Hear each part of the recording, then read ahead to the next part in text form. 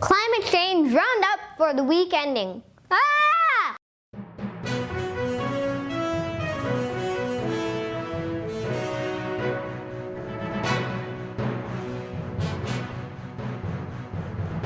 Number 10. A climate scientist and a climate change denier walk into a bar. The denier says, "Bartender, show me your strongest whiskey." The bartender says, "This one here. It's 95% alcohol." The denier slams down his fist and leaves the bar in a hurry. The scientist says, "You know, that's the problem with these guys. You show them the proof and they still don't buy it." Number 9. Corals survived Caribbean climate change. Half of all coral species in the Caribbean went extinct between 1 and 2 million years ago, probably due to drastic environmental changes. Which ones survived? Can you say Orbicella? Number 8.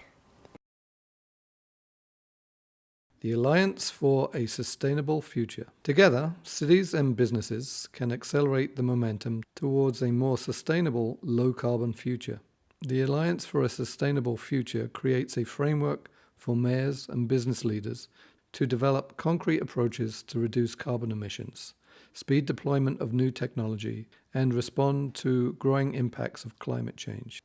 A partnership of the Center for Climate and Energy Solutions and the U.S. Conference of Mayors. Number 7.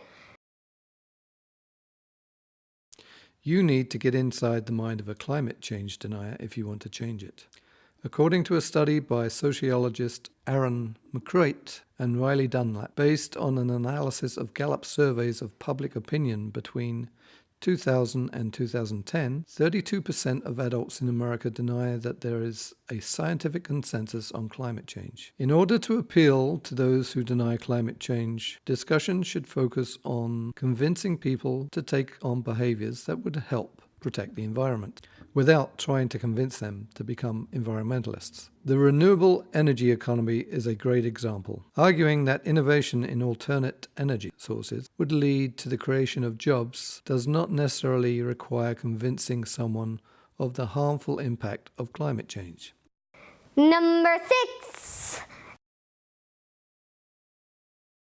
Energy storage goes underground. Pumped hydro is not new.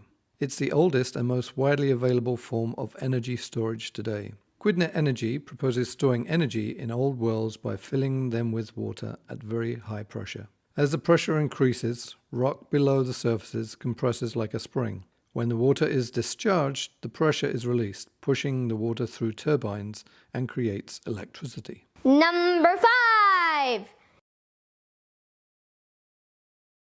Japan ranks among worst performers in tackling climate change.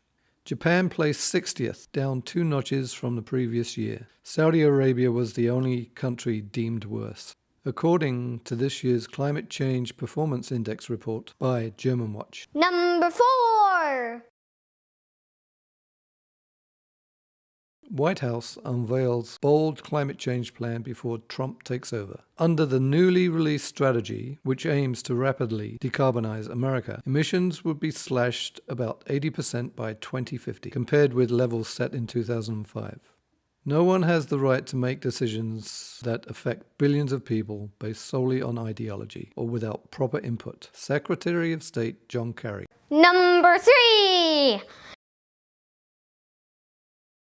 Troubling news for the planet. Oil demand to increase, despite Paris Climate Change Accord. Good news, bad news. Automobile oil consumption, a major greenhouse gas contributor, will indeed fall, but the drop will be offset by gains in other sectors. The difficulty of finding alternatives to oil in road freight, aviation, and petrochemicals means that up to 2040, the growth in these sectors alone is greater than the growth in global oil demand.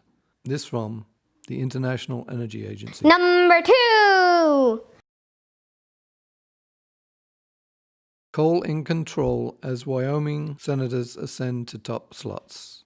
However, analysts have questioned lawmakers' ability to reverse coal's decline. Low natural gas prices, they note, will continue to dictate coal's future. Your number 1 climate change news item is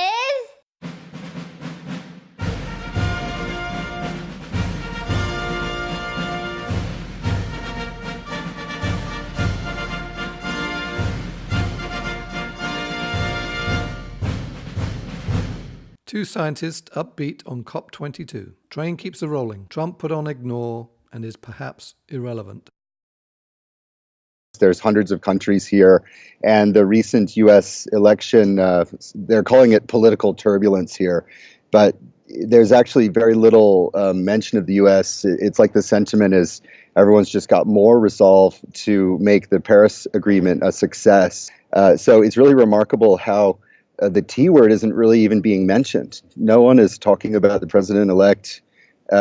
In just, if they do, it's just kind of to pivot to, okay, more resolve. I was there during the Trump outcome, and I guess I thought before the election, I thought, well, if Trump wins, we'll all just go home because we'll be doomed, right?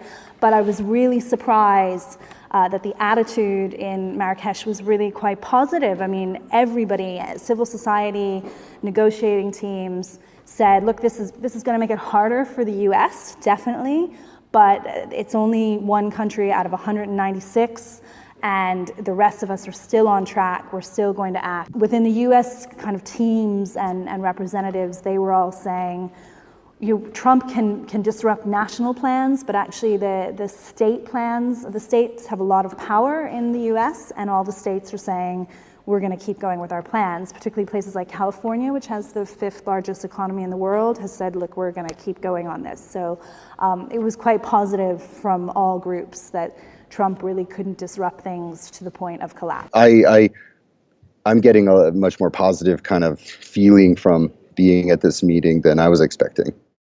Please tune in next time for another of Spencer's Climate Change Roundup.